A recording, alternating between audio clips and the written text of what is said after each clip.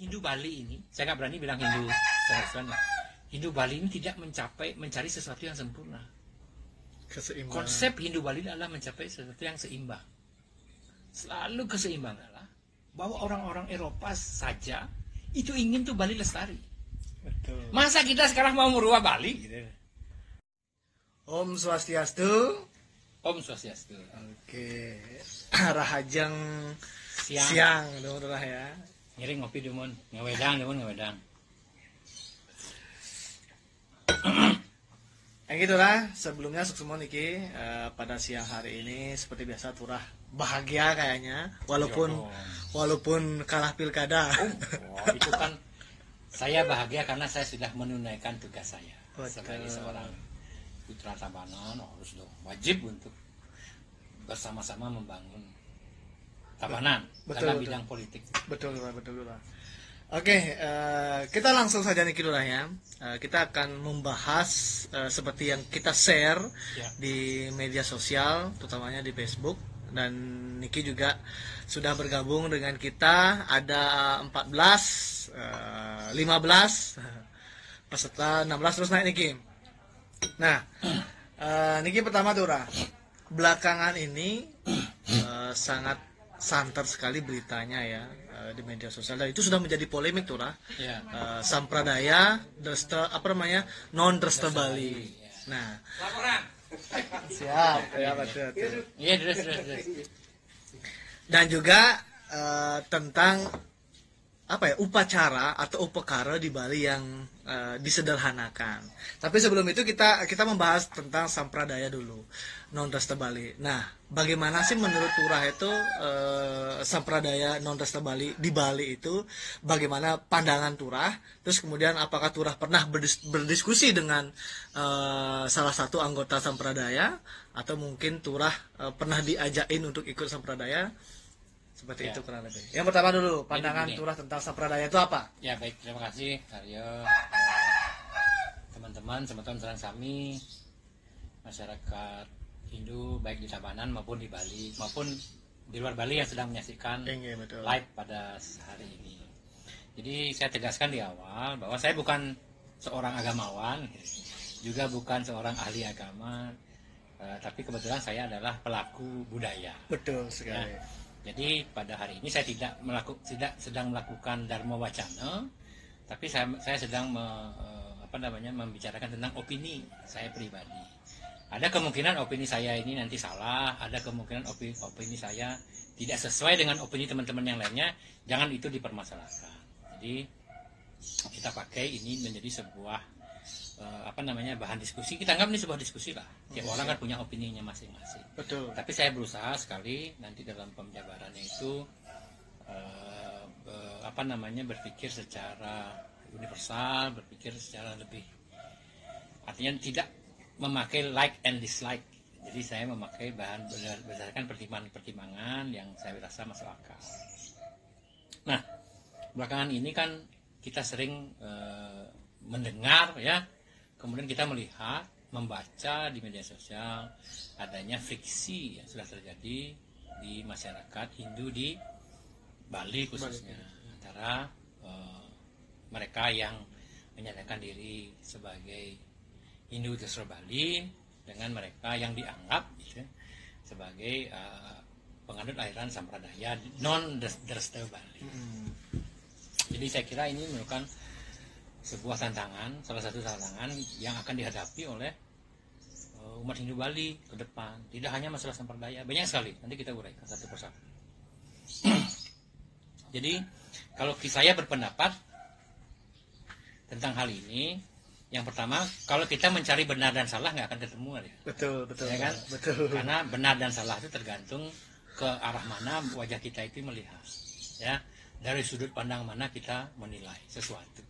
Ya, kalau menurut si A, kalau ada dua orang bermusuhan ya, si A mengatakan si B yang salah, si B mengatakan si A yang salah. Itu pasti akan terjadi. Pasti itu. Sehingga di sini kita tidak sedang mencari itu, tidak. Kita sedang membicarakan sebuah opini tentang sebuah permasalahan. Kita bisa melihat, kalau saya bilang, kita melihat dari beberapa sudut pandang. Secara hukum, ya, ketatanegaraan, yang kedua secara sosial dan budaya. Nah, ini saat ini dua hal tentang sampradaya ini sebenarnya ada dua hal tersebut yang penting yang kita bicarakan.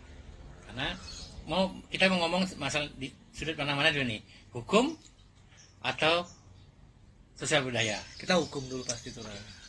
Pertama dari hukumnya dulu, baru ke sosialnya. Ya, secara kalau saya juga bukan ahli hukum, tapi saya mempelajari, membaca-baca sedikit tentang hukum dan tata negara. Secara hukum, kalau kita bicara jujur, sesuai dengan Undang-Undang Dasar, ya, Pancasila sila pertama dan Undang-Undang Dasar 45 pasal 28 dan 29 itu negara menjamin kebebasan rakyat untuk menganut agama dan kepercayaannya masing-masing kepada Tuhan Yang Maha Esa, kan itu poin hukumnya.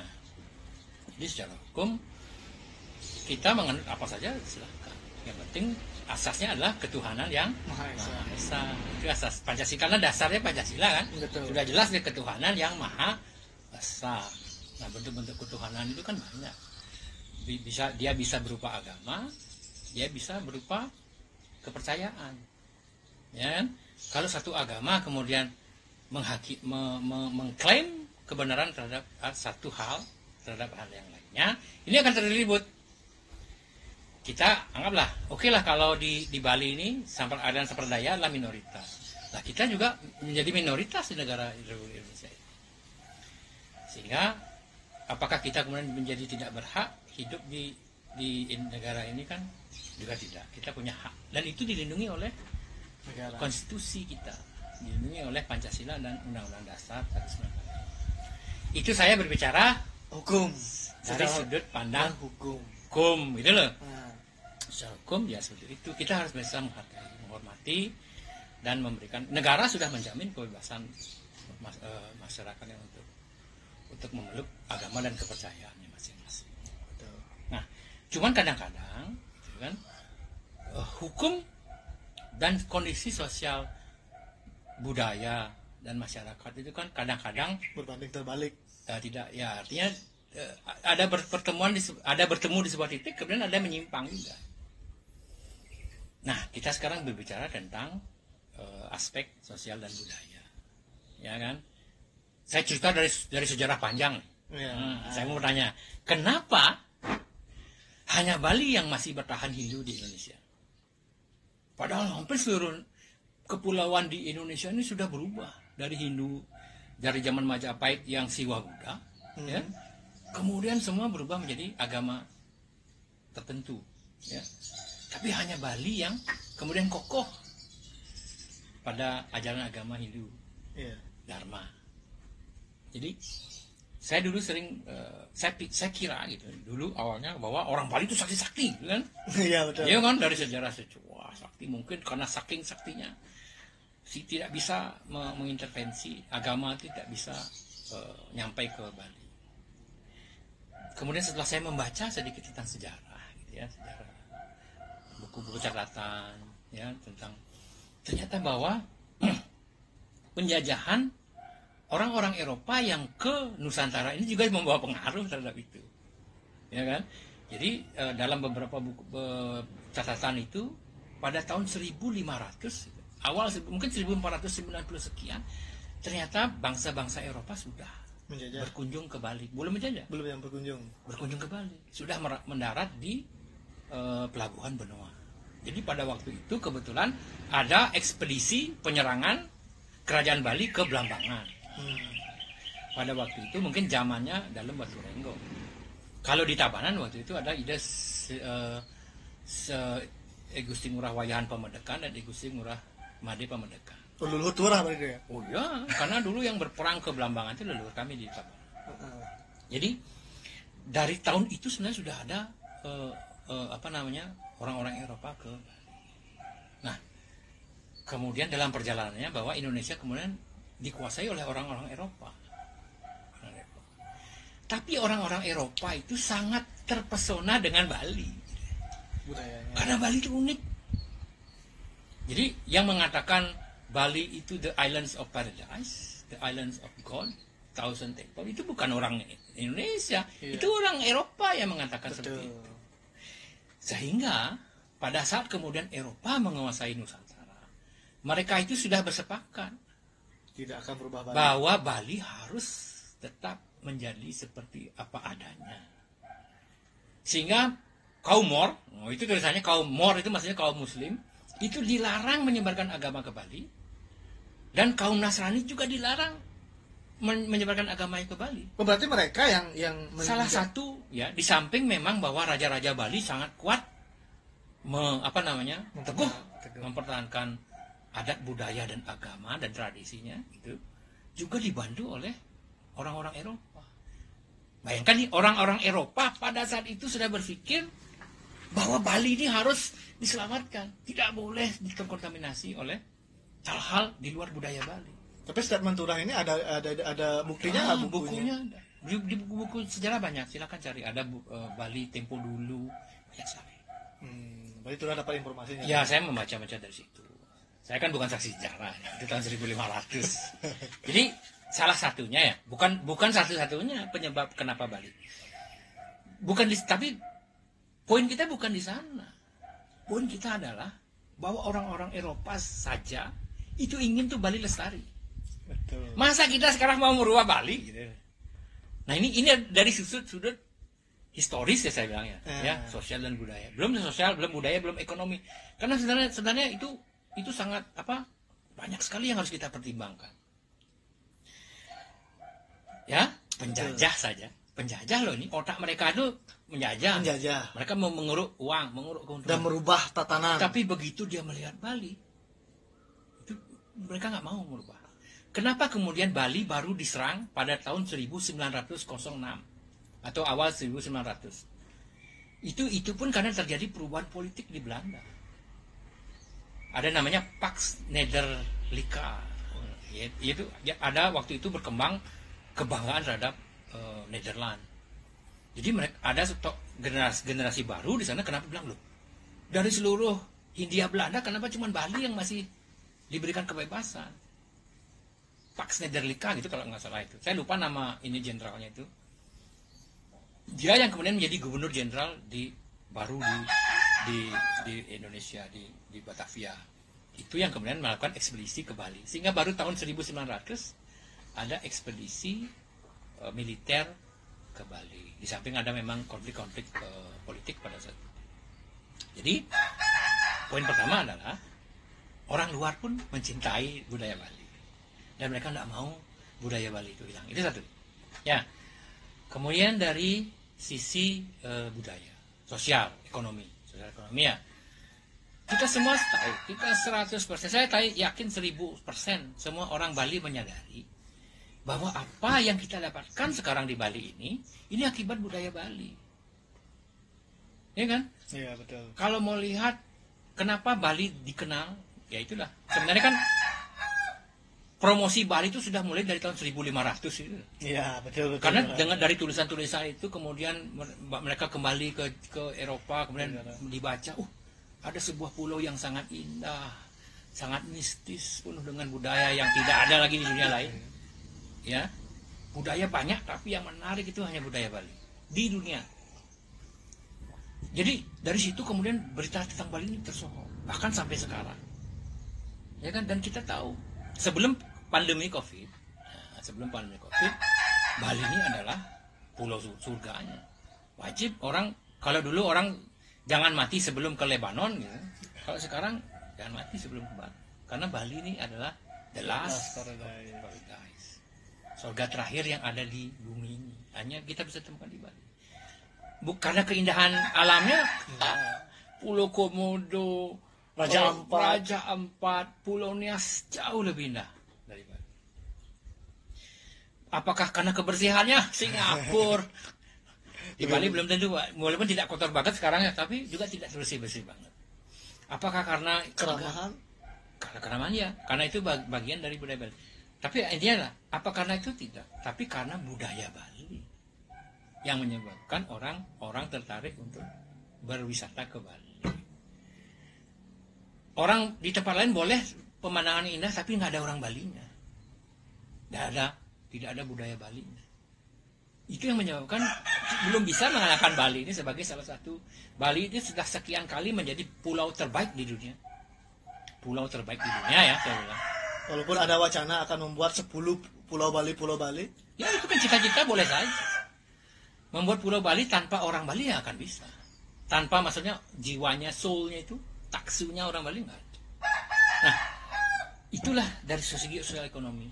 Bali ini tanpa budaya Bali akan habis mati, akan miskin lagi. Kembali kita ke dunia kegelapan. Karena justru untuk orang-orang luar, budaya itu adalah bagian satu hal yang paling penting. Ya kan?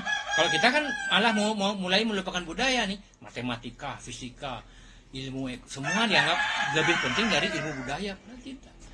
Padahal selama ratusan tahun kita hidup, kita selamat, ya. Kemudian kita makmur karena budaya.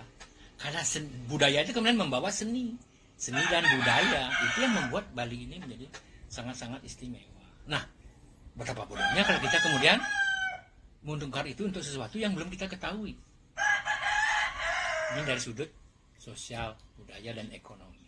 Tapi Turah, dari tahun 1400-1500 itu apakah Bali itu sudah beragama Hindu atau masih budaya? Nah, tradisi. Jadi begini, agama itu kan baru dinamakan agama Hindu itu kan karena apa setelah kemerdekaan.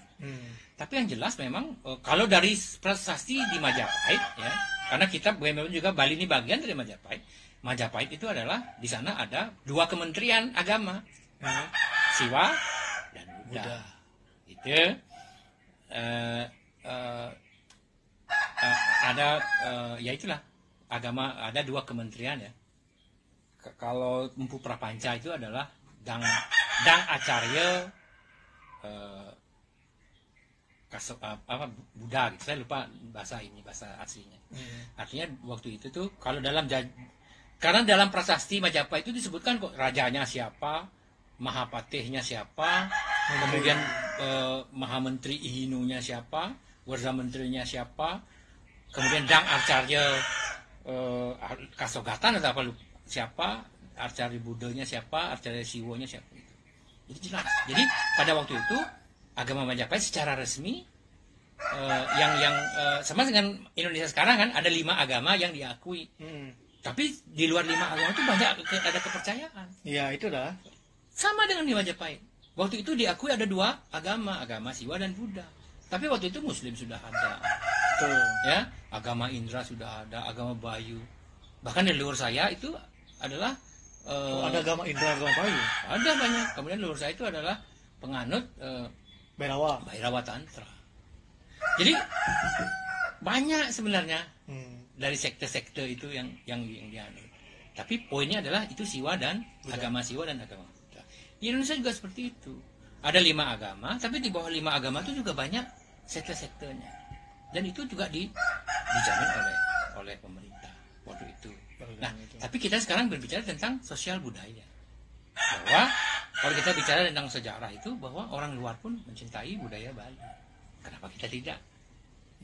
Dan secara kasat mata nih, tidak perlu menjadi jenius, semua orang tahu bahwa Bali ini terkenal dan dikenal dan makmur dibandingkan dengan daerah lain di Indonesia ya. Iya, betul. Itu makmur itu tidak dilihat juga dari materi dari pendapatan, tapi juga dari indeks kebahagiaan. Orang Bali itu indeks kebahagiaannya tinggi. Kenapa? Karena ada seni dan budaya. Betul. Orang bisa seni kalau budayanya sudah tinggi. Kalau orang tidak berbudaya, kesenian tidak ada. Jadi itu dari aspek. Nah, sekarang kan kenapa kemudian anak-anak muda mulai melupakan aspek budaya? Ya wajar. Kenapa? Karena ini arus informasi dari luar ini banyak sekali. Jadi sampradaya itu hanya satu bagian dari masalah yang harus kita hadapi. Masalah sudah menjadi masalah. Artinya ya, itu menjadi sebuah ya kan otomatis sudah masalah karena kita banyak ribut ya. Itu kan menjadi sebuah masalah. Kalau kita tidak bisa menghadapinya dengan bijaksana. Gitu loh. Karena selain itu banyak juga ada budaya Korea, ya kan? Apa budaya Korea itu kita stop. Oh iya ya. Ada budaya Amerika, lagu rock segala macam. Apa itu kita stop? Nah, kan? Enggak. Padahal banyak sekali intervensi budaya sudah sampai di Bali. Tapi kenapa kita bisa welcome? Karena apa? Karena kita yakin bahwa orang Bali masih mencintai budayanya sendiri. Nah, poin saya adalah yang perlu kita fokus sekarang adalah jangan fokus dengan pertentangannya, tapi fokus bagaimana kita menjaga anak-anak kita supaya tetap mencintai budayanya sendiri. Sebab cara satu cara jangan lupakan sejarah. Ya kan? Kalau kita sampaikan kepada mereka tahun 1500 loh, orang Eropa itu sudah datang ke Bali dan mereka sudah bersepakat. Orang Eropa waktu itu bukan hanya orang Belanda, ada Belanda, Spanyol, Inggris, Portugis, Prancis. Itu mereka itu semua ada di sini semua dan mereka semua sepakat. Orang-orang Eropa bahwa Bali harus dijaga agar tidak berubah. Oh iya. Pada saya dia berarti pada zaman itu juga. Nah kita kan mana ada wali Songo, wali lah istilahnya wali Songo kan. Makanya tidak bisa ke Bali. Kenapa tidak bisa? Karena orang Eropa mencegah. Bahkan misionaris, orang Belanda datang ke sini kan bawa misionaris. Iya. Orang Prancis, Portugis semua misionaris. Sehingga daerah-daerah yang dikuasai oleh Portugis semua menjadi Kristen. Kayak Indonesia Timur. Ya. Indonesia Barat Muslim, kita tengah-tengah cuma. Ya karena kita memang dijaga supaya misionaris Kristen tidak masuk, misionaris Islam tidak masuk. Bali ini menjadi titik tengahnya Bali memang dari dulu sudah diistimewakan oleh dunia. Karena mereka tahu bahwa Bali ini memang istimewa. Nah, kita kembali lagi, apa yang harus kita lakukan, Den? Kemudian, kalau seperti ini. Jadi kalau kita mau jujur, intervensi budaya itu banyak. Tidak hanya dari India, dari Korea, dari Amerika, dari Rusia, banyak sekali intervensi budaya ke Bali. Dan sampai saat ini yang mampu menembus, ya sedikit menembus lah tuh bilang pertahanan itu adalah Sampradaya, karena berkedoknya adalah Tidak Hindu juga. Kalau kita lihat mungkin berapa sih yang banyak di Sampradaya, berapa sih yang sudah menjadi Kristen, berapa sih yang menjadi beralih agama lain, kan kita tidak punya data dengan baik sekali. Nah, poinnya begini, kita harus tetap waspada terhadap infiltrasi budaya asing. Itu aja poinnya. Caranya apa? Mari kita bangkitkan kecintaan anak-anak muda kita pada budaya sendiri. Berikan dia pemahaman dan pengetahuan tentang budaya Bali, bahwa budaya Bali ini adalah tanpa budaya Bali, ya orang Bali ini akan menjadi hampa, akan menjadi kosong.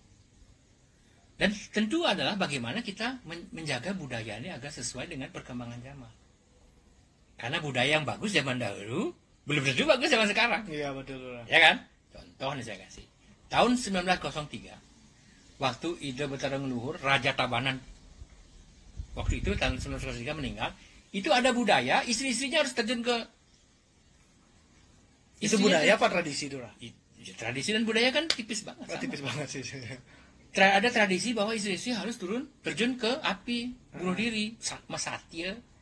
Itu berasal dari Sati cerita dari Ramayana, bahwa Dewi Sita terjun ke api menunjukkan bahwa dia setia. Padahal pengertiannya berbeda. Dewi Sita itu terjun ke api untuk menunjukkan bahwa dirinya suci, sehingga dia terjun ke api, apinya padam, Dewi Sita masih hidup. Tapi diterjemahkan lain, menjadi sebuah kesetiaan mutlak dari seorang istri, sehingga pada saat raja atau seorang bangsawan besar meninggal, si istri lompat. Pada saat itu, apakah itu jelek?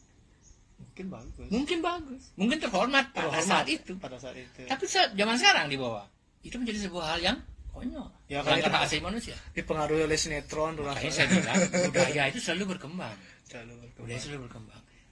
Kebenaran itu tidak pernah mutlak. Kebenaran hari ini belum tentu kebenaran esok hari.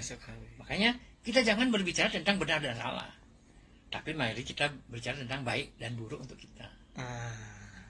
Itu maksud saya. Kalau kita semua kemudian terlena dengan itu, dengan kebenaran yang baru, kemudian kita semua berlomba-lomba meninggalkan budaya kita akan miskin. Saya yakin sekali. Karena apa? Karena kalau kita lihat upacara kita bicara yang sederhana saja. Saya bukan orang agama nih. Upacara agama itu adalah salah satu sarana untuk meratakan ekonomi di Bali. Upacara agama. Ya, upacara agama. Kan sekarang banyak orang bilang upacara agama di Bali itu memberatkan orang Bali. Betul. Padahal kita tahu berat dan ringan itu juga relatif. Ya kan? Betul sekali loh. Kalau saya tanya nih, Arya upacara 10 juta berat nggak? Mungkin berat. Berat. Tapi kalau kita ngomong sama yang punya oleh-oleh Bali, 10 juta upacara agama berapa nggak? Oh nggak berat, ringan. 10 miliar pun sanggup. Kita ngomong sama orang di Puribut ngaben 1 miliar berat nggak? Nggak berat. Tapi kalau kita ngomong sama orang di Tabanan ngaben 1 miliar berat nggak? Udah berat sekali nggak misalkan. Jadi berat dan ringan itu relatif. Jangan itu diperdebatkan. Leluhur kita sudah ngerti itu. Leluhur kita bukan orang bodoh. Leluhur kita sudah mengerti sehingga mereka sudah menerapkan adanya kata niste madya utama. Di niste pun ada nistaneng niste, madyaneng niste, utamaneng niste. Nah, harusnya orang Bali sekarang jangan berfokus pada beratnya upacara. Tapi orang Bali harus berfokus pada kebijakan diri sendiri untuk bisa mengambil upacara sesuai dengan kemampuannya. Karena menurut ini pendapat saya pribadi ya. Upacara itu adalah yatnya. Yatnya suci. Pengorbanan harus tulus ikhlas. Kalau ada orang kaya ya yang mampu kemudian dia mengambil upacara niste, justru buat saya justru nggak tepat. Karena pada saat upacara itulah kekayaan harta berana yang yadnya itu bisa kita berikan kepada saudara-saudara kita terdekat masyarakat. Kalau ada orang bikin ngaben, ya entah itu nyat utama niste madya, di niste pun ngaben, anggaplah ngaben 10 juta, ya kan? Nggak pakai bade, tapi kan beli tieng ya nyamuk, beli biu ya nyamuk, beli banten sama saudara, beli jaja sama saudara, beli siap, beli becek, semua. Ekonomi jalan jadinya. Ekonomi orang Bali berjalan. Bayangkan kalau kita, saya bukannya juga tidak menolak kremasi ya, tapi ini hanya perbandingan. Bayangkan kalau kita kremasi. Walaupun sekarang terpaksa kremasi karena COVID kan. Tapi kalau semua orang merubah ngaben dengan kremasi, ini ekstrim kita bicara. Ekstrim ya. Iya kan? Apakah ekonomi di masyarakat kan merasa? Enggak. Nanti yang dapat duit yang punya kremasi. Ya kalau udah sadar yang punya krematorium. Kalau itu PT, kalau itu keluarga, kalau itu perusahaan. Semua kapital, semua uang kita akan lari ke menjadi sebuah bisnis. Tidak lagi menjadi yatnya budaya. Dan apa? Dan kenapa Bali ini masih aman? Karena Bali ini Nyamo Beraya itu, Banjaran itu masih sangat kuat. Kalau kita mengikis budaya Bali, kita akan mengikis rasa persaudaraan itu. Orang Bali akan jadi individu. Dulu gue. Gua kaya, lu mau mati, tak selalu. Gitu. Tapi orang Bali kan nggak gitu. Kenapa di Bali tidak ada orang kaya-kaya banget, tidak ada orang miskin-miskin banget? Sejak jelek nak Bali, ngajeng nu kita. Karena apa? Karena nyamo nu ada.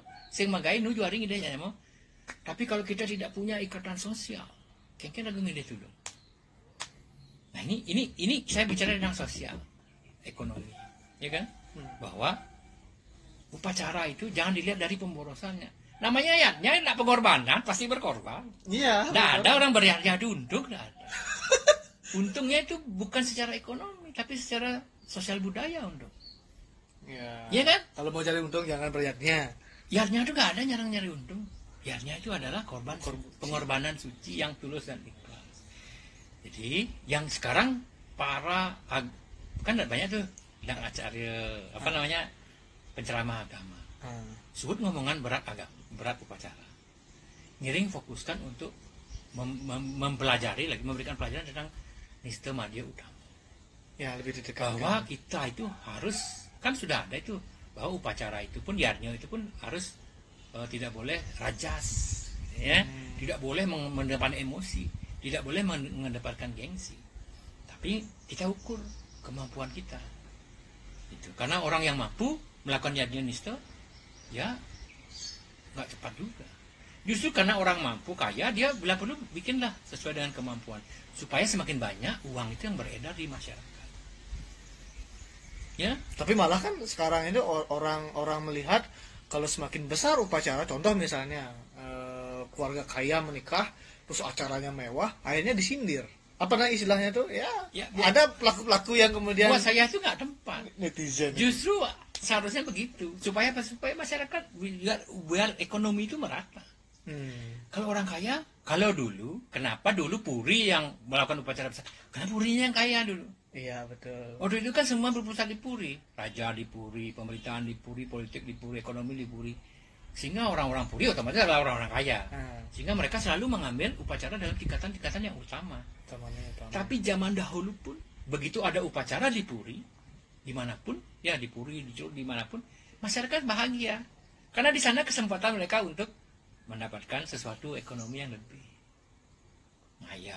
Kalau zaman dulu kan, itu. Tapi kalau sekarang kan berbeda. Kan semua sekarang dibayar. Kalau dulu kan orang ngaya, tapi kan dapat catu.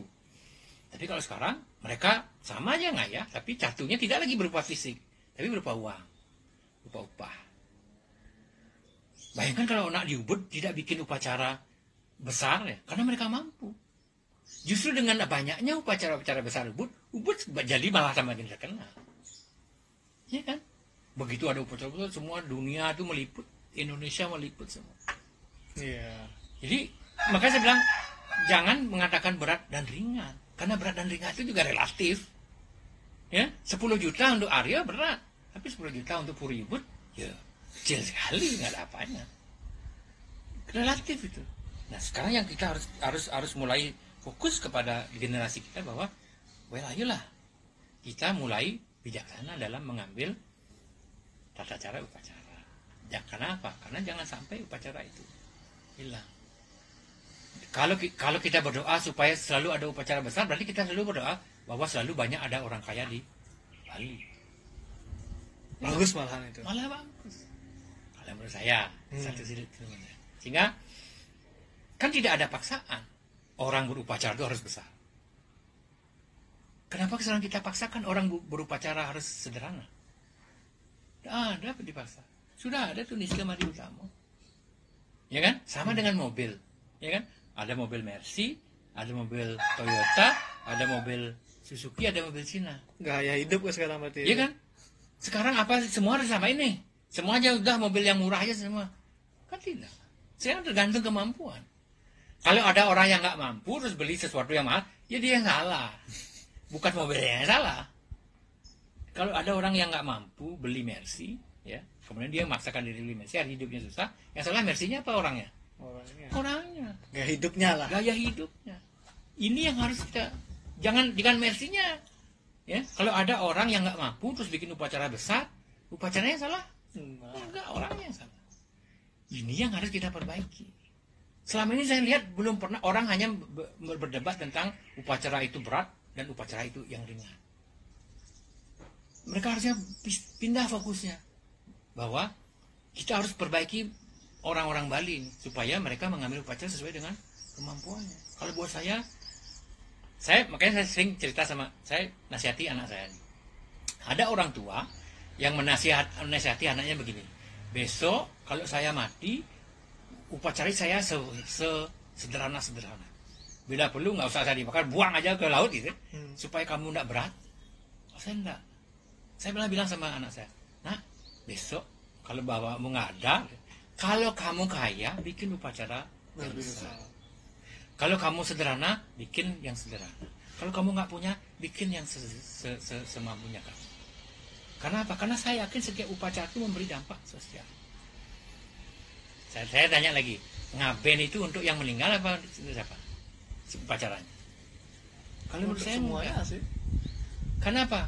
Karena di sastra saya mengatakan jasad nih hanya pakaian. Begitu meninggal nyelesat, ini hanya tinggal bangkai saja. Diapain dibuang juga nggak apa-apa. Toh ini hanya panca mahabhuta. Mau dia dibakar, mau ditanam, dia akan kembali ke alam semesta panca mahabhuta. Tapi ngaben itu adalah upacara, itu adalah hutang manusia orang terhadap orang tuanya. Upacara agama petoyan itu Betara perlu petoyan nggak? Nah, yang perlu adalah manusianya. Manusia ini harus, kenapa? Karena dia punya kewajiban untuk bayarnya. Dia punya kewajiban untuk membayar utang. Rena itu utang. Yadnya kan ada, butuh yadnya pancai. Ya kan? kalau saya bukan orang spiritual nih, nggak tahu saya apakah dewa-dewa itu ngobrol atau ada surga dan neraka, saya nggak tahu. Tapi yang jelas, semua upacara itu adalah untuk manusia yang hidup. Betul. Semua upacara Untuk itu untuk membayar manusia yang hutang hidup. pada leluhurnya. Karena upacara fitriatnya ya dia membayar hutang kepada orang tuanya. Upacara siatnya dia membayar hutang kepada para guru. Upacara butayatnya dia membayar hutang untuk alam semesta. Upacara dewatnya dia membayar hutang untuk Tuhan yang menciptakan. Jadi itu yang harus dipahami, dan para ulama, para pendharma wacana itu kan mereka jauh lebih ahli dari saya. Jadi di sini saya menyampaikan, tolong sekarang jangan fokus lagi bicara tentang berat ringan sesuatu, karena berat dan ringan adalah relatif. Mari kita bicara untuk memperbaiki pemahaman umat agar bisa berliarnya sesuai dengan bijaksana lah. Betul. Kalau semua orang sudah berpikir itu, nggak ada orang khawatir dengan upacara. Sekarang kan upacara menjadi momok. Menjadi momok kan, begitu ada ngapain, aduh kengken kan ragu nih, kudo kan lampis. Ya, Padahal betul. nggak perlu begitu. Harusnya bertanya, berapa punya uang? Berapa yang mau kita yarnyakan untuk orang tua? Oh, saya punya uang 100, saya akan yarnya. Gitu. Kalau dulu, nah satu lagi, ada orang berhutang, ya kadang nggak punya duit, dia hanya berhutang. Ya. Berhutang. Itu bagaimana menurut Bapak itu? Tapi kan sekarang lihat kemampuannya, dia bisa membayar hutang nggak? Orang, jadi gini, di Bali ini lucu nih, kalau orang kredit mobil itu biasa. Kalau orang kredit beli baju biasa, beli handphone biasa. Tapi begitu orang berhutang untuk upacara itu dia nggak bodoh. Iya betul. Nah, ini Ya. menarik nih, menarik. Iya kan? Menarik. Padahal ya memang hutang itu adalah sebuah kebodohan. Kalau bisa nyenak senyak megayai tanpa berhutang. Tapi kalau terpaksa sekali, harus berhutang. satu, jangan berhutang yang besar, yang tidak mampu kita bayar. Betul. Ya kan? Iya betul. Kemudian kita berhutang secukupnya yang bisa kita handling. Kalaupun tidak ada kan masih banyak jalan. Contoh nggak bisa ngaben ya mengkisan di Pertiwi bisa, mengkisan di Geni bisa, atau ambil upacara yang nista. Atau ngaben masal. Pendam dulu, nanti di mana? Banten di Geria, di Puri, di sana. Nah. Kalau memang tidak punya, tapi kalau kita punya uang, tapi seinyak maragata nak ada, wah, kita nggak bayar hutang. Konsepnya itu. Orang tua nggak apa-apa, karena setelah meninggal arwahnya ke entah kemana, jasadnya hanya bangkit saja, hanya pakaian kotor yang harus diganti setiap saat. Dia akan mau dibakar, dia tidak diapa-apapun, dia akan kembali ke alam semesta. Itu sudah konsep alam semesta itu. Oke, siap. Sebelum lanjut nih Tura. Itu. Nah, berarti poinnya sudah kami dapat ya Tura ya. Jadi sangat bagus sekali. Terutama berarti sebenarnya tidak ada salahnya kalau kita berhutang untuk upacara pengabenan orang tua, asalkan kita mampu Ya, karena membayar. tidak semua orang bisa beruntung pada saat orang tua meninggal itu punya uang. Itu dah makanya. Tapi jangan kemudian ditakut-takuti, dibobok bahwa berhutang untuk upacara itu adalah sebuah kebodohan. Karena banyak ada bahasa seperti itu Tura. Yang bodoh adalah kalau kita berhutang yang tidak bisa kita bayar. Ya kan? Betul. Kalau kita ingat lagi cerita Mahabharata, tahu nggak pengabenan siapa itu ya? Upacara Bima itu mengorbankan jiwanya terjun ke dalam laut untuk mencari tirta untuk menyelesaikan sebuah upacara. Iya. Dia tidak hanya berkorban uang, dia berkorban nyawa, merisikukan nyawanya untuk upacara. Kita nggak perlu se-ekstrim itulah, ya kan? Tapi cerita itu kan menunjukkan bahwa begitu rasa bakti itu penting, pentingnya berasa bakti. Ya, jangan sampai kita kalau ngedit mobil gampang ya, tapi kemudian kita berhutang untuk upacara, takut sekali. Ya kalau bisa jangan berhutang. Kalau mau berhutang, kalau nggak mampu, kan sudah ada nih paling kecil, paling cenik nih, Mister. Tapi enggak juga bisa, ya terpaksa berhutang. Tapi kan nggak perlu segini. Hutanglah sesuai dengan kemampuan. Kalau enggak, ya kita tunda, banyak penyelesaian. Jadi upacara di Bali ini banyak sekali penyelesaiannya. Nggak bisa ngaben, pendem malu, makisan di Geni, mengisian di Pertiwi. Mana ada anaknya di Jong ngiring kamu. Ngaben masal ngiring, ngaben masal. Kan pemerintah juga sering bikin ngaben masal, masangnya masal. Nganten masal nggak ada ya? Kayaknya pernah saya dengar di Cina ada Pak. Ya artinya kan begitu. Jadi kadang-kadang kan kita mencari pembenaran terhadap sesuatu yang kita tidak pahami. Nah itu tentang bahaya budaya Bali dan agama Hindu di Bali. Ya. Artinya sampradaya itu hanyalah satu bagian dari yang harus kita selesaikan. Ya, jangan juga kita musuhi, nggak ada lah. Diselesaikan. Nah, sekarang kita ngomong menyelesaikan itu, menurut Turah solusinya apa? Berarti kan Turah itu setuju bahwa sampradaya itu adalah salah satu masalah sebenarnya yang mampu kalau ini tidak diselesaikan akan Dengan terus merusak Betul. Ya gini loh. pemikiran. Kalau masalah ini tidak bisa kita selesaikan dengan baik, ini satu secara kemasyarakatan akan terjadi gesekan. Betul. Pak, sudah terjadi Turah. Ya kan, karena saya sudah bilang di awal bahwa benar dan salah itu kan relatif. Betul. Bagi sampradaya benar. Aha. Bagi orang yang mencintai Hindu Bali, Bali Moro ya itu yang benar. Sama-sama. Nanti akhirnya kalau sama-sama kekeh, ya terjadilah saling lapor, saling ini kan. Nah, sekarang kan kita harus mulai berpikir sedikit lebih bijaksana. Nah, bagaimana sekarang pandangan Turah? Nah, kita ngomong pandangan Turah nih sesuai dengan judulnya nih. Makanya kita kembalikan lagi bahwa kita harus merubah fokus. Kemarin kan selalu kenapa orang banyak tertarik ke sampradaya karena mereka merasa kemudian upacara disederhanakan. Kalau kita kembali ke yang saya sampaikan tadi, upacara itu sudah banyak pilihan. Nista dalam nista pun ada nista. Ada yang sederhana dari yang paling sederhana. Nah, pemahaman-pemahaman seperti ini yang harus kita sampaikan ke masyarakat. Jadi tidak hanya tentang dalil-dalil agama saja yang perlu disampaikan oleh para penceramah agama, mereka juga harus memberikan solusi dari ini. Sehingga orang yang ingin membuat upacara kecil dia tidak malu, dan orang yang ingin membuat upacara besar juga tidak ragu. Ya kan? Sekarang orang akhirnya ragu membuat upacara besar. Karena harus pengenalan agama, dianggap itu pemborosan, enggak. Leluhur kita tidak sebodoh itu. Leluhur kita sudah ngasih loh patokan-patokan itu. Tergantung dari kemampuan kita. Itu yang harus fokus kita sekarang. Jangan tertawakan mereka yang melakukan upacara kecil, dan jangan juga larang mereka yang mampu melakukan upacara besar. Setuju nggak gitu? Iya.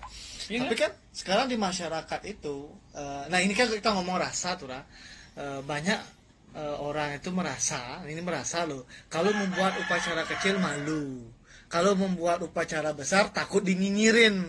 Nah, jadi rasa itu kan tergantung dari pendidikan. Terus bagaimana? Contoh nih, dulu kalau kita nggak diajarkan tentang kebersihan, kita buang sampah itu rasanya enak aja, buang sampah ke sungai juga enak. Tapi begitu dididik orang itu bahwa kebersihan itu adalah hal yang utama, bahwa membuang sampah ke sungai itu akan berdampak buruk, maka orang akan melakukan. Kalau kita ajarkan tiap hari kepada anak-anak muda, kepada masyarakat, bahwa kalau kita meninggalkan budaya Bali, maka kita akan jadi miskin. Kalau kita tinggalkan budaya Bali, maka kita sangat bodoh. Karena tahun 1500 pun orang Eropa sangat mencintai budaya Bali. Kita yang punya kok malah kita tinggalkan. Yang begitu-begitu dari sudut pandang itu yang harus kita lakukan. Kalau kita sudah cinta, contoh saya ini. Saya ini kan sangat kuat budayanya. Saya mencintai budaya. Saya pelaku budaya. Sehebat apapun saya nanti ayo upacara sederhana, ikut aliran apa saya akan mau. Kenapa? Karena srada dalam diri saya itu sudah kuat. Kita tidak bisa menahan perubahan dari luar. Kan kita nggak berdaya. Ada perubahan ini setiap saat, ada internet segala macam, ada Korea masuk, ada sinetron agama di itu, ada ceramah agama tiap hari di TV. Iya. Gimana kita menyetop itu semua? Nggak bisa. Yang bisa kita lakukan adalah di sini tebalkan iman lagi, tebalkan serada kita dalam hati, tebalkan serada anak-anak kita. Dengan begitu mereka tidak akan terpengaruh, tidak lagi terpengaruh dengan provokasi. Saya bilang ini provokasi ya. Penyederhanaan agama itu provokasi. Penyederhanaan Itu provokasi yang masif. Memang sengaja digembur-gemburkan bahwa agama upacara itu harus disederhanakan, memberatkan, bahwa upacara itu harus disederhanakan. Nanti ya itu Karena provokasi itu masuk, akhirnya banyak orang tertarik dengan Upacara sederhana. yang sesuatu yang baru ini. Tapi kalau kita sampaikan seperti tadi, bahwa upacara itu membawa kebaikan untuk ekonomi Bali, semua orang akan tidak terpengaruh dengan provokasi-provokasi seperti itu. Dan saya bilang itu kan salah satu. Masalah untuk Bali itu banyak. Satu saya sampaikan. Ini yang mungkin menjadi lebih berat lagi. Yang lebih berat lagi karena kita kan bernegara nih, Republik Indonesia. Jadi demografi penduduk itu sangat penting. Budaya Bali itu akan ajeg kalau pendukung budayanya itu menjadi mayoritas di sebuah tempat. Ya kan? Bagaimana budaya Bali ini akan ajeg kalau kemudian orang-orang penganut budaya Bali itu semakin lama makin sedikit. Dia tidak berkurang, tapi jumlahnya menjadi semakin sedikit. Ngerti nggak? Demografi penduduk ini harus diperhatikan. Dulu di Bali ini orang Hindunya adalah sekitar 90%, zaman kerajaan dulu mungkin. Turun menjadi 70%. Zaman-zaman sebelum modern ini sekitar 80-75%. Sekarang mungkin sudah tinggal 55% orang Hindu Bali di Bali. Kenapa terjadinya? Karena terjadinya transmigrasi, ada yang transmigrasi, ada yang masuk. Nah, ini menjadi sangat penting. Para politisi, para pemimpin Bali ini harus mulai berpikir untuk itu. Kita kan kita juga tidak bisa menyetop orang datang ke Bali, karena kita terikat pada sebuah lembaga yang disebut Republik Indonesia. Kita terikat pada kepentingan nasional. Cuman kan kita harusnya menyampaikan Bali ini tidak akan. Apakah pemerintah Indonesia ini ingin Bali ini tetap lestari? Ya, kalau ingin Bali lestari, jumlah pendukung Bali ini jangan sampai menjadi minoritas. Orang Bali jangan sampai menjadi minoritas di Bali. Karena kalau orang Bali sudah menjadi minoritas, maka budaya luar ini semakin tidak tertahankan. Bukan hanya sampradaya, banyak. Seperti saya bilang tadi, agama-agama lain juga jangan pingin menyebarkan di Bali. Tidak hanya sampradaya, agama lain. Mana? Ini saya bicara tentang realitas. Budaya juga, budaya Korea, budaya pop, budaya rock, budaya Amerika. Nah, banyak sekali yang harus kita pikirkan. Dan ini orang-orang Bali, para pemimpin Bali harus. Saya kan cuma rakyat jelata ya, gitu. Saya hanya menyampaikan sedikit pandangan saya. Pemimpin Bali harus mulai berkumpul, mulai membuat strategi baru. Bagaimana kita menjaga Bali ini agar Bali ini lestari, agar budaya Bali ini menjadi lestari. Karena kalau budaya Bali ini hilang, tidak hanya orang Bali yang rugi, Indonesia juga rugi, tapi dunia juga rugi. Ya, tapi kalau ngomong, seruput dulu kopi. Iya. Tapi kalau ngomong hal seperti itu tuh Raya, para pemimpin harus duduk memperhatikan itu. Ya kalau secara hukum hukum politik itu sudah clear sudah. Mereka kan pasti mencari suara nanti untuk mempertahankan kedudukan, Sekarang kita fokus pada kedudukan atau pada Bali yang kita cintai. Percuma kita menjadi pejabat kalau kita harus mengkhianati tanah leluhur kita. Iya, mengkhianati dulu. Percuma kita menang menjadi seorang pejabat dengan cara menggadaikan Bali dan leluhur kita. Untuk apa? Hidup hanya sebentar. Kita harus memberikan sebuah manfaat. Tapi kedoanya ada toleransi. Loh, toleransi boleh. Kita tetap toleransi. Bali itu harus toleran. Tapi kita harus juga mengajukan sebuah hal yang bisa menjaga Bali ini. Toleransi itu kan tidak artinya konyol, toleransi yang kebablasan. Kan kita bisa berargumen secara hukum. Bali ini membutuhkan aturan khusus. Dulu kalau orang-orang Eropa tidak memberlakukan aturan khusus di Bali udah habis. Jangan dulu. Betul. Sudah habis. Orang-orang Eropa memberlakukan. Mereka sepakat di antara negara-negara penjajah itu untuk tidak mengganggu Bali. Nah, sekarang apa kita tidak bisa melakukan hal yang sama kepada Republik Indonesia? Sampaikan bahwa kami perlu regulasi khusus untuk di Bali. Bali ini harus dikhususkan. Ya, syukur-syukur kita bisa mendapat daerah khusus kan. Ya kayak Jogja, apa salahnya Bali juga meminta daerah khusus? Walaupun itu sangat sulit ya, saya tahu lah itu sangat sulit karena sudah pernah dicoba. Jangankan khusus, otonomi khusus saja sulit. Tapi paling tidak kita kan punya visi ke situ. Kita punya awareness istilahnya bahwa yang paling berbahaya itu adalah demografi penduduk. Ya. Ya, betul. Jadi keseimbangan Bali ini akan lestari kalau jumlah pendukung budaya Balinya itu selalu menjadi mayoritas. Itu saja kuncinya yang harus kita. Bagaimana caranya? Mari yang hebat, yang apa nih? Beliau-beliau yang di atas yang memikirkan seperti itu. Kita kan rakyat jelata hanya bisa berbicara. Ini syukur sekarang ada Facebook, ada internet, kita bisa berbicara kan, memberikan opini. Mudah-mudahan opini ini didengar oleh mereka-mereka yang saat ini memang memegang kekuasaan di Bali, yang diberikan kepercayaan lah pada masyarakat. Saya titip, artinya saya juga menitipkan kepada para pemimpin di Bali yang saat ini membawa legitimasi untuk berbicara baik kepada pemerintah yang di atasnya dan bahkan pemerintah pusat gitu, agar memperjuangkan hal-hal yang kita bicarakan tadi. Oke, siap. Itulah. Jadi untuk penonton yang masih setia bersama kita, kalau ada pertanyaan silahkan diajukan pertanyaannya. Nah, sambil menunggu pertanyaan Niki Tura, pasti akan ada satu atau dua orang yang akan bertanya, kenapa kemudian Tura Panji selaku tokoh pemuda, tokoh muda remaja. Puri Bukan remaja lagi ya. Nah, tokoh muda Puri Tabanan baru mau berbicara seperti ini, statement di media sosial. Kenapa baru sekarang? Apakah Turah ada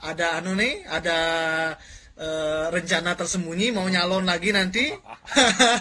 Kalau masalah nyalon kan masih panjang itu. Yeah. Walaupun jadi saya nyalon atau apa. Nah, jadi, itu artinya begini. Saya kan selesai acara kemarin, acara pilkada, kebetulan saya ada urusan pribadi. Yang harus saya selesaikan, masalah kesehatan, masalah keluarga, kan gitu. Perusahaan juga yang bisa setahun terbengkalai gitu. Nah, kemudian saya tidak berarti saya tidak dan saya perlu waktu untuk istirahat lah. Ya, hampir setahun lebih saya konsentrasi urusan politik. Dan saya tidak ingin merecoki, ya, artinya saya itu adalah orang yang berjiwa kesatria. Saya berusaha lah, saya tidak menyebut saya, tapi saya selalu belajar untuk menjadi kesatria. Jadi walaupun saya kalah, saya tetap menyelamati si pemenang. Saya tidak merecoki. Karena apa? Karena kita sudah melalui mekanisme yang sudah ditetapkan oleh negara Republik Indonesia, ya, melalui pemilu segala macam. Buat saya itu urusan sudah selesai. Nah, tapi saya kembali ke ranah saya, urusan budaya.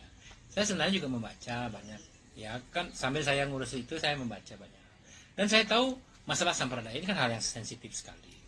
Jadi sebelum kita memang bisa menentukan sesuatu yang kita yakini, ya saya nggak usah ngomong dulu. Nanti malah menjadi semakin memanas-manasi kan gitu. Nah, sehingga menurut saya mudah-mudahan apa yang saya sampaikan tadi artinya bisa memberi sebuah sudut pandang yang baru. Iya, betul. Tentang kekisruhan ini. Karena kalau kita mau main menang-menangan, kalah-kalahan, kita akan rugi sendiri. Caranya ya kita cari solusinya. Ya solusinya seperti tadi yang sudah saya sampaikan. Itu bahwa kalau kita menyadari ancaman terhadap budaya Bali ini banyak sekali. Tidak hanya dari sampradaya itu. Karena budaya India, budaya Korea banyak sekali ingin bercokol di Bali. Dan jangan lupa, kita juga mengambil banyak budaya. Iya. Tapi budaya yang memperkaya budaya Bali. Nah, ini. Termasuk Puri Jangan mengambil budaya yang melemahkan budaya Bali. Kita boleh mengambil budaya orang, tapi yang memperkaya orang Bali. Contoh nih, piring. Dulu kita nggak punya budaya piring. Budaya makan kita nggak piring, nggak ada. Pakai daun, pakai dulang dulu ya. Itu kalau orang biasa pakai kau, ya kan? Akhirnya beberapa budaya kita, baju, pakaian, ini kan semua budaya luar. Tapi budaya luar ini yang memperkaya budaya Bali itu, yang mendukung budaya Bali. Budaya yang tidak mendukung budaya Bali ya kita buang. Betul. Kita ambil budaya Facebook, itu kan budaya baru. Kita ambil apa? Justru kita pakai untuk mendukung budaya Bali kayak sekarang ini. Jadi kita karena budaya itu juga berkembang, budaya itu berkembang. Karena kalau budaya itu statis, dia bukan budaya. Karena budaya itu fitrahnya itu selalu berkembang sesuai dengan zaman. Tapi berkembang itu harus membangun, ya bukan degradasi. bukan degradasi. Dia harus justru membuat budaya Bali yang sekarang jauh lebih baik dari Bali. Karena beberapa yang tidak sesuai sudah ditinggalkan, beberapa budaya baru yang memperkaya budaya Bali yang kita ambil. Jangan takut, jangan juga takut dengan perubahan, karena nggak ada yang abadi. Jadi ini hanya perubahan yang abadi. Itulah kira-kira pendapat saya sebagai seorang pribadi ya, bukan sebagai orang ahli loh ya. Ya kan? Saya tidak bisa bicara tentang seloka, tentang hukum, pasal-pasal nggak ngerti saya. Tapi saya berbicara hanya dengan hati nurani dan pikiran yang jernih saja. Kira-kira seperti itu. Ya, ini juga ada apa namanya itu lah, ada beberapa pendapat sih, dan salah satunya dari Putra Adnyana. Nah, beliau ini bilang sejak zaman dulu salah satu penyebab konflik adalah mabuk agama. Nah, padahal di setiap agama kan mengajarkan cinta kasih, dan juga agama hanyalah jalan mempertanggungjawabkan menuju kematian atau kehidupan selanjutnya. Kenten menurut pribadi ya, katanya salah. Apapun yang berlebihan, itu pasti berbahaya. Arak pun boleh, alkohol itu boleh. Sudah ada keteaan, 1 sloki untuk ini, 2 sloki untuk ini. Kalau berlebihan ya bisa mabuk, bisa apapun itu memabukkan. Tidak hanya agama, tidak hanya alkohol, agama memabukkan, judi memabukkan, wanita memabukkan. Tapi apa nggak boleh ada wanita? Harus ada wanita. Kalau nggak ada wanita nggak ada berkembang. Tapi kalau terlalu mabuk dengan keinginan untuk mendapatkan banyak uang, jadi makanya saya bilang bahwa segala sesuatu harus pada porsi yang tepat. Itu yang harus kita fokus. Bagaimana menempatkan posisi. Karena gini, Hindu Bali ini, saya nggak berani bilang Hindu secara Hindu Bali ini tidak mencari sesuatu yang sempurna. Konsep Hindu Bali adalah mencapai sesuatu yang seimbang. Selalu keseimbangan. Sehingga kita tidak hanya mencintai siang, kita juga membutuhkan malam. Kalau kita akan punya konsep ruwa bineda. Kalau ada hal bagus pasti ada hal yang jelek. Ada kangin, ada kau, ada putih, ada selem, ada lemah, ada peteng, ada laki, ada perempuan. Karena justru perbedaan itu bukan saling mengurangi, dia saling melengkapi. Konsep untuk mencari keseimbangan ini yang harus kita selalu. Jangan salah ya. Jangan terdistraksi dengan ajaran-ajaran agama. Kalau ajaran-ajaran mencari kesempurnaan, kita tidak. Kita mencari keseimbangan. Oke, siap. Semua. Dan karena juga sudah cukup panjang lebar kita bercerita dari jam 1 sampai 1 jam Lurah ya. Jam ya? Iya. Dan terakhir Lurah, karena tidak ada pertanyaan kita langsung tutup aja, karena nanti juga video ini akan kami upload di YouTube-nya Panji Tabanan ya. Lurah ya. Jadi saya juga berkomitmen untuk berpartisipasi dalam pembangunan, dengan ya dengan kita akan selalu membuat konten-konten seperti ini seminggu sekali minimal ya kalau bisa 2 minggu sekali lah, seminggu sampai 2 minggu sekali ya. Apapun yang ada kita bahas. Betul. Khususnya yang menyangkut tentang budaya Bali, karena saya pecinta budaya lah. Saya bukan seorang ahli budaya, bukan budaya, tapi saya pecinta budaya dan sedikit-sedikit pelaku budaya. Baik Arya, kita tutup ya. Ini kesempatan yang sarang sami khususnya yang ada di Panji Tabanan ya. Jadi itulah kira-kira. Jadi sekali lagi saya sampaikan kepada teman-teman bahwa saya bukan seorang ahli agama, juga bukan ahli hukum. Saya dalam hal ini tidak memberikan dharma wacana gitu. Ini hanya sedikit sudut pandang dari seorang Panji Astika. Mudah-mudahan sudut pandang ini bisa memperkaya sudut pandang teman-teman yang lainnya, teman-teman kami. Kalau ada hal-hal yang tidak berkenan, karena seperti konsep saya tadi bahwa benar dan salah itu sangat relatif. Kebenaran hari ini belum tentu menjadi kebenaran esok hari. Kebenaran seseorang belum tentu menjadi kebenaran orang yang lainnya. Kita tidak bicara tentang benar dan salah, tapi mari kita mencari solusi yang terbaik untuk Bali yang kita cintai sama-sama, khususnya untuk Tabanan. Nggih, enten karena sampun suwe titiang sinap untuk para masanti. Om Santi Santi Santi Om. Itu semua.